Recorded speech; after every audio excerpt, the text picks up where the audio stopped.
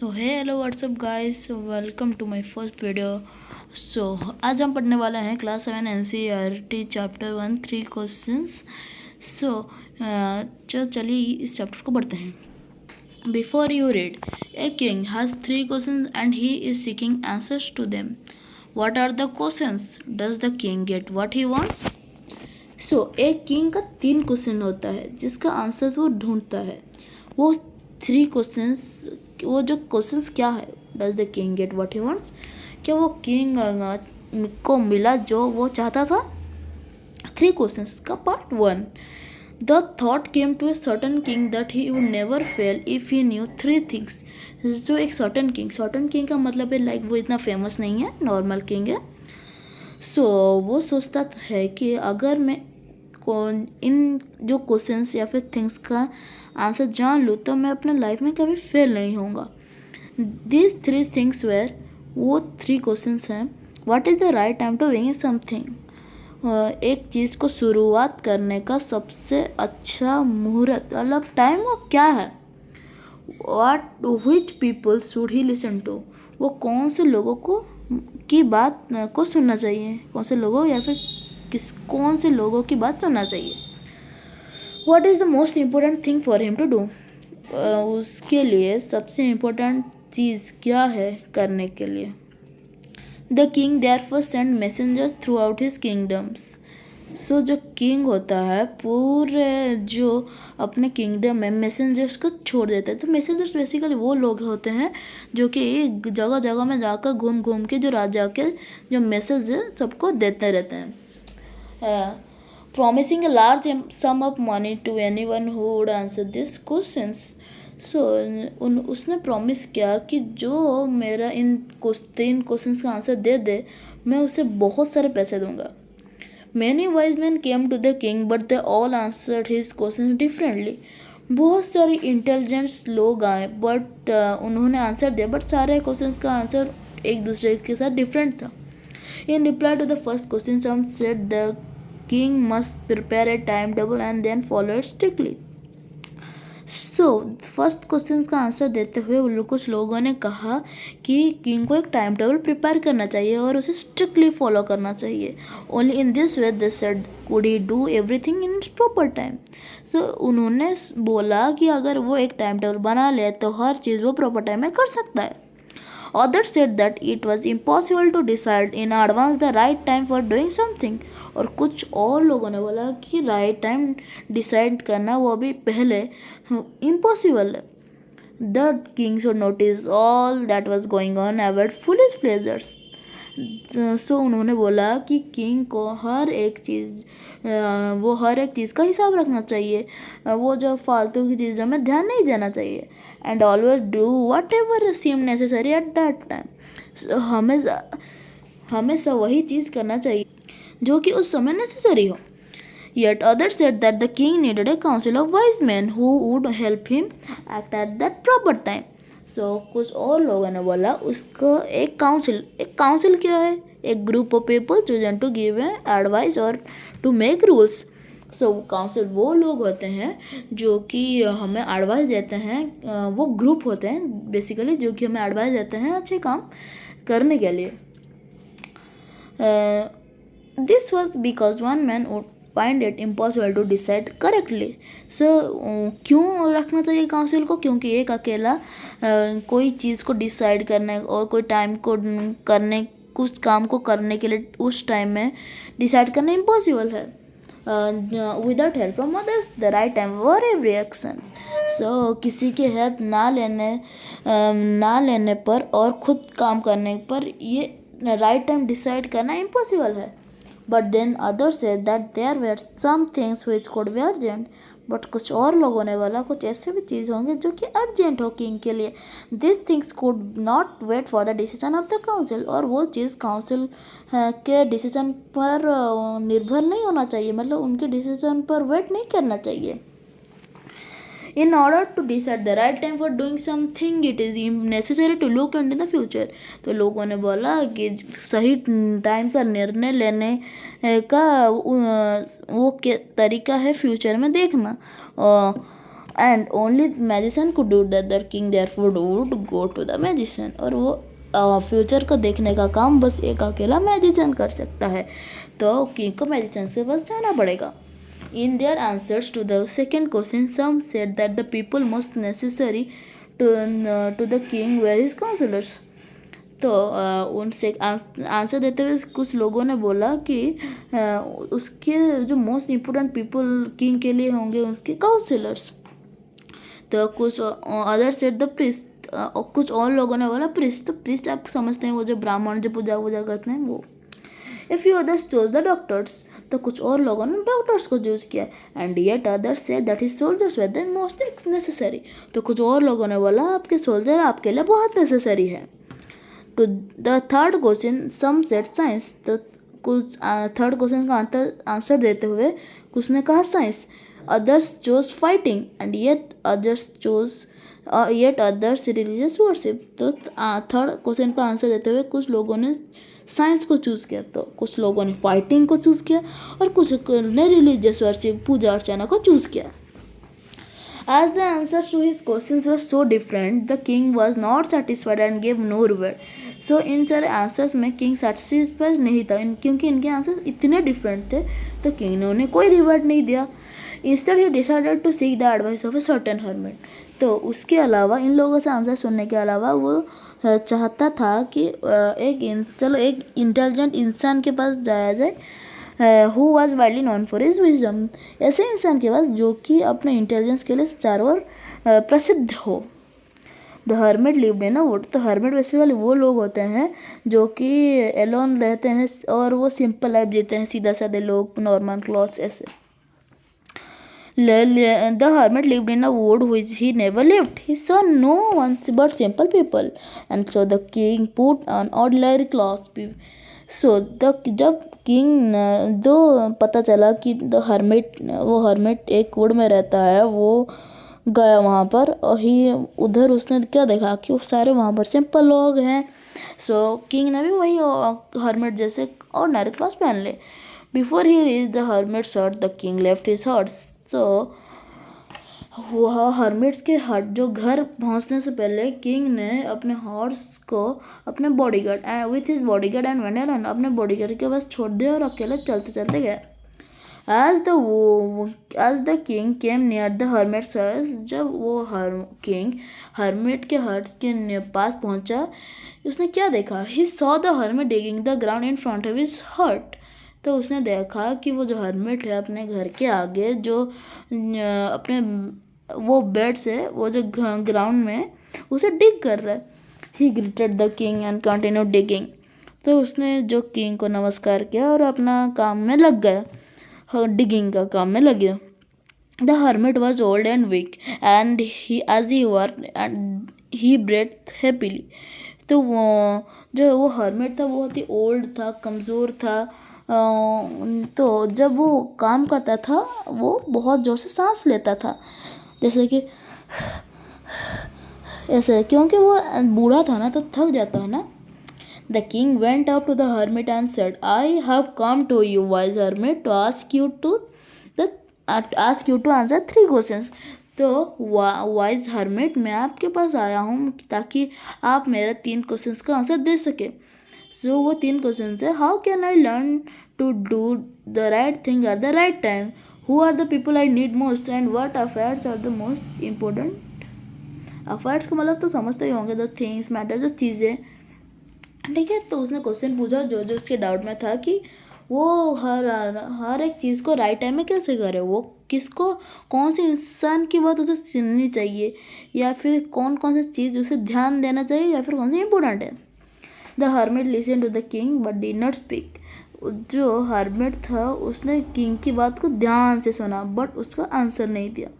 He went on digging, you are tired said the king, so ये बोल के उसने डगिंग किया, तो किंग ने बोला आप थक गए हैं, let me take the spade and work in your place, तो उसने बोला आप मेरे को स्पेड दे दे। स्पेड क्या है? स्पेड एक ऐसी चीज़ है जिससे कि हम ग्राउंड को डिग करते हैं, आप मुझे स्पेड दे दे, मैं काम करूँगा। थैंक्स सेड द हर्मिट, तो थैंक्स बोला हर्मिट ने, giving the king he spade, so king को अपना स्पेड देते हुए वो क्या बैठ गया। Then he sat down on the ground में बैठ गया। When the king had dug two beds, he stopped and repeated his questions. So जब किंग ने 2 बेड्स को डिग कर दिया था तो वो उसने अपने क्वेश्चंस को फिर से रिपीट किया हरमिट। हाँ, हरमिट को फिर से अपना क्वेश्चन रिपीट किया। The hermit gave no answer. तो वो हरमिट ने कुछ आंसर नहीं दिया, बट स्टूड अप, खड़ा हो गया, stretching out his hands for the spade. So उसने अपना स्पेड मांगने लगा कि वो स्पेड मुझे दे दो। And said now you rest and let me work. So आपको बेड का मतलब तो पता ही होगा, बेड्स वो वाला सोने वाला बेड नहीं है, वो बेड है जो कि आप जो पैचेस से ग्राउंड्स में मतलब प्लांट्स को ग्रो करने के लिए उससे बोलते हैं बेड्स, ठीक है। तो हरमन ने बोला आप रेस्ट कीजिए और मेरे को काम में छोड़ दीजिए। But the king did not give him the spade and continued to dig. But वो किंग उससे स्पेड नहीं दिया और अपना डिगिंग को चालू किया। 1 आवर पास, देन अनदर, 1 घंटा बीत गया और दूसरा घंटा भी बीत गया। The sun went down behind the trees. जो सन था वो ट्रीज के बिहाइंड छुप गया। मतलब क्या, सनसेट हो रहा है। And at last the king stuck the spade into the ground and said, तो आखिर में जो किंग था वो ग्राउंड में उसे रख दिया या फिर स्टक कर दिया। And said I came to you wise man for an answer to my question. मैं आपके पास आया हूँ मेरा क्वेश्चन का आंसर के लिए। If you can give me no answer tell me so and I will return home. अगर आप इस क्वेश्चन के आंसर नहीं दे सकते तो बोल दीजिए, मैं घर चला जाऊँगा। Here come someone running said the hermit. तो कोई दौड़ता आ रहा है। हरमिट ने बोला। इधर से पार्ट 1 खत्म होता है, चलिए पार्ट 2 में। The king turn round and saw a bearded man running towards them. So king ने मुड़ा, देखा कि एक दाढ़ी वाला आदमी दौड़ते दौड़ते उनकी तरफ आ रहा है। His hands were pressed against his stomach. तो उसका जो हाथ है अपने जो पेट में दबा के रखा है। From which blood was flowing, जहाँ से वो ब्लड निकल रहा है। When he reached the king, he fainted and fell to the ground. So आप fainted का मतलब तो पता ही होगा, बेहोश हो जाना। जब वो किंग के पास आया तो वो बेहोश हो गया और ग्राउंड जो धरती में गिर गया। The king and the hermit removed the man's clothing and found a large wound in his stomach. So hermit और king ने दोनों, तो उन्होंने क्या पाया, जब उनके क्लॉथिंग ने हर्मिट और किंग ने खोला तो उन्होंने पाया कि एक बड़ा सा चोट उसके पेट में है। The king washed and covered it with his handkerchief. So the king जो था उसके जो घाव को उसके हैंकरचीफ, उसके रुमाल से धोया। But the blood would not stop flowing. But the जो ब्लड था वो फ्लो करना, बहना रुका नहीं। The king redressed the wound until at last the bleeding stopped. So वो जो किंग था कर लगातार ये प्रोसेस रीड्रेस करता रहा जब तक ये ब्लीडिंग स्टॉप ना हो। The man felt better and asked for something to drink. जो कुछ समय बाद वो जो इंसान, वो जो वॉन्डेड मैन था, उसे अच्छा लगा और वो कुछ पीने को मांग रहा है। The king bought fresh water and gave it to him. तो जो राजा था उसने पूरा फ्रेश वाटर ला के उसे दिया पीने के लिए। By this time the sun had set and the air was cool. तो इस टाइम में द सन ने सेट हो चुका था और जो हवा थी आ रही थी वो पूरा कूल था। The king with the hermit self carried the wounded man into the hut and laid him on the bed. So the king था हर्मिट की मदद से उस वॉन्डेड मैन को उठाया और हट में चला गया और उसे जो बेड में लेटा दिए।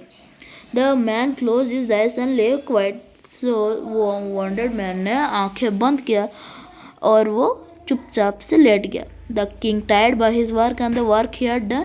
सो द किंग था वो थक चुका था कि वो चलते चलते और जो आज जो काम किया था इसलिए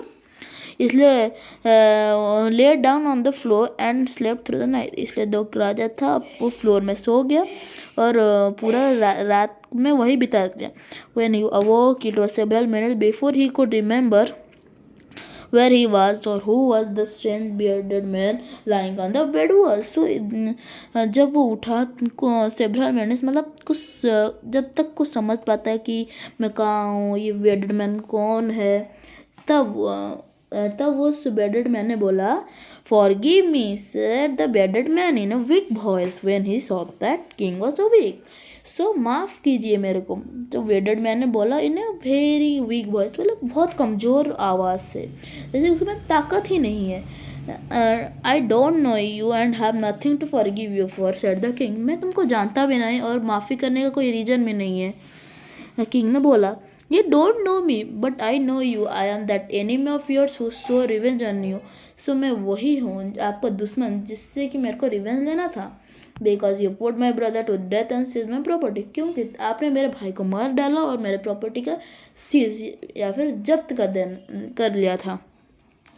I knew you had gone alone to see that hermit, and I made up my mind to kill you on your way home.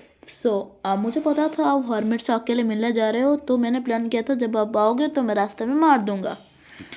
But the day pass and you did not return. तो एक दिन निकलने वाला था और आप आए नहीं। So I left my hiding place and I came upon your bodyguard. So मैंने अपना हाइड प्लेस को छोड़कर आपके बॉडी गार्ड के अपॉन आ गया। Who recognized me and wounded me. So जिसने मुझे पहचान लिया और मेरे को घायल कर दिया। आई escaped from him, but I should have died if you had not dressed my wounds. मैं वहाँ से निकल गया, पर अगर आप मेरा ड्रेसिंग नहीं करते तो मैं मर जाता।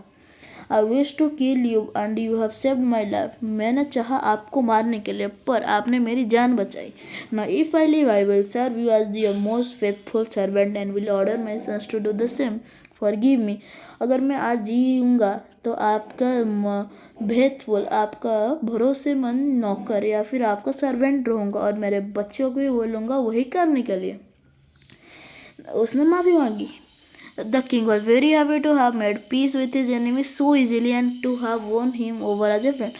So the king था बहुत ही खुश हो गया कि इतनी जल्दी सुख से अपने एनिमी के साथ दोस्त बन गया। He not only forgave him but said he would send his servants and his own doctor to look after him.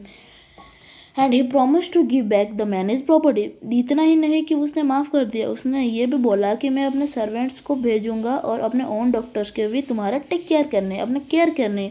और उसने प्रॉमिस किया कि मैं तुम्हारा प्रॉपर्टी तुम्हें दे दूंगा। Leaving the wounded man, the king went out of the hut and looked around for the हर्वे। उसने वॉन्टेड मैन को वहाँ पर छोड़ कर बाहर आया, घर के बाहर, और उसने हर्मिट को ढूंढने लगा। Before going away he wished once more to get answer to his question. जाने से पहले वो इच्छा किया कि मेरे क्वेश्चंस का आंसर दे दे। The hermit was on his knees sowing seeds in the beds that had been dug the day before. तो उसने क्या देखा, वो हर्मिट जो था, वो जो कल जो बेड्स को डिग किया था वहाँ पर वो अपने सीड्स को मतलब वहाँ पर लगा रहा है। The king went up to the hermit and said, "For the last time, I beg you to answer my questions, wise man." So वो हर्मिट के पास गया जो किंग, और उसने बोला आखिरी बार के लिए मैं आपको रिक्वेस्ट करता हूँ कि आप मेरे क्वेश्चंस का आंसर दे दीजिए, इंटेलिजेंट या फिर wise man. You have already been answered, said the hermit, still bending down to the ground and looking up at the king as he stood before him. So उसने क्या बोला, तुमको तो पहले से आंसर मिल चुका है। वो वहाँ पर अपने नी को बेंड करते हुए उसकी ओर देखते हुए बोला, how have I been answered, what do you mean. So हाँ, मैंने अपना आंसर कैसे पाया, तुम्हारा इसका बोलने का मतलब क्या है। Do you not see, replied the hermit, if you had not pitied my weakness yesterday and had not dug this beds for me, you had have gone away. तुमने देखा नहीं, अगर तुम मेरा वीकनेस ना पहचान कर ये जो बेड्स को डग नहीं करते तो तुम चले जाते। Then that man would have attacked you and would have wished you had stayed with me. तो अगर तुम चले जाते तो वो मैन तुम्हें अटैक कर देता और तुम मर जाते। तो तुमने चाहा कि मेरे साथ रहने के लिए ताकि तुम मेरा आंसर दे देता, ताकि मैं तुम्हारा आंसर दे दूँ। So the most important time was when you are digging the beds. तो सबसे इम्पोर्टेंट टाइम उस समय के लिए क्या, जब तुम मेरा जो बेड्स को डिग कर रहे थे। And I was the most important man and to do me good was a most important business. So for the time, जब टाइम उस समय मैं सबसे इम्पोर्टेंट मैन तुम्हारे लिए था और मेरा अच्छा करना तुम्हारे लिए सबसे इम्पोर्टेंट काम था, ज़रूरी काम था. Afterwards when the man and was the most important time was when you were caring for him. So जब वो इंसान भागते भागते आया हमारी ओर, तो तभी सबसे इम्पोर्टेंट टाइम या फिर चीज़ करने का था कि तुम्हें उससे केयर करना था. और अगर तुम इसका, because if you had not dress his wants he would have died without having made peace with you. अगर तुम उसे रीड्रेस ना करते तो वो मर जाता और तुम्हारे साथ दोस्ती नहीं कर पाता, कि पीस नहीं बना पाता. So he was the most important man and what you did for him was your most important business. तभी के लिए वो तुम्हारे लिए सबसे इम्पोर्टेंट पर्सन था जिसकी बात तुम्हें सुननी चाहिए. एंड तुम उसके लिए जो किए वो तुम्हारे लिए तभी का सबसे ज़रूरी काम था. Remember then there is only one time that is important and that time is now. तो याद रखना, एक ही इम्पोर्टेंट टाइम है जो कि है नाउ या फिर अब. It is the most important time because it is the only time we have any part to act. So ये ऐसे चीज़ है कि पता नहीं आज कहाँ हो, कहाँ हो गए, मर जाओगे, इसका कोई गारंटी नहीं है. इसलिए ये वही चीज़ है जिस टाइम में आप किसी चीज़ को एक्ट कर सकते हैं. The most necessary person is the person you are with at a particular moment. So the most जो इम्पोर्टेंट जो पर्सन कौन है, जो कि जिसके साथ तुम वो पर्टिकुलर मोमेंट, जिसके साथ पर्टिकुलर समय आप बिता रहे हो, क्योंकि आपको पता नहीं कौन आपके साथ रहेगा फ्यूचर में या फिर नहीं. Because for no one knows what will happen in the future and whether we will meet anyone else. The most important business is to do that person good because we were sent into this world for that purpose only. सो ये line मेरा बहुत heart touching है, अच्छा भी लगता है, क्योंकि इधर हर्मिट ने बोला कि सबसे इम्पोर्टेंट बिजनेस क्या है तुम्हारे लिए, कि तुम्हें किसी इंसान का अच्छा करना, क्योंकि हम इस धरती में एक ही कारण के लिए आए हैं, ताकि हम दूसरों की हेल्प कर सकते हैं. तो ये जो स्टोरी है लिखा हुआ है लियो टॉल्स्टॉय ने लिखा है. तो हम जो क्वेश्चन आंसर है, comprehension check, working with text, और ये वाला जो क्वेश्चन आंसर्स भी है कॉम्प्रेशन चेक का, हम नेक्स्ट वीडियो में करने वाले हैं. अभी के लिए बाय बाय.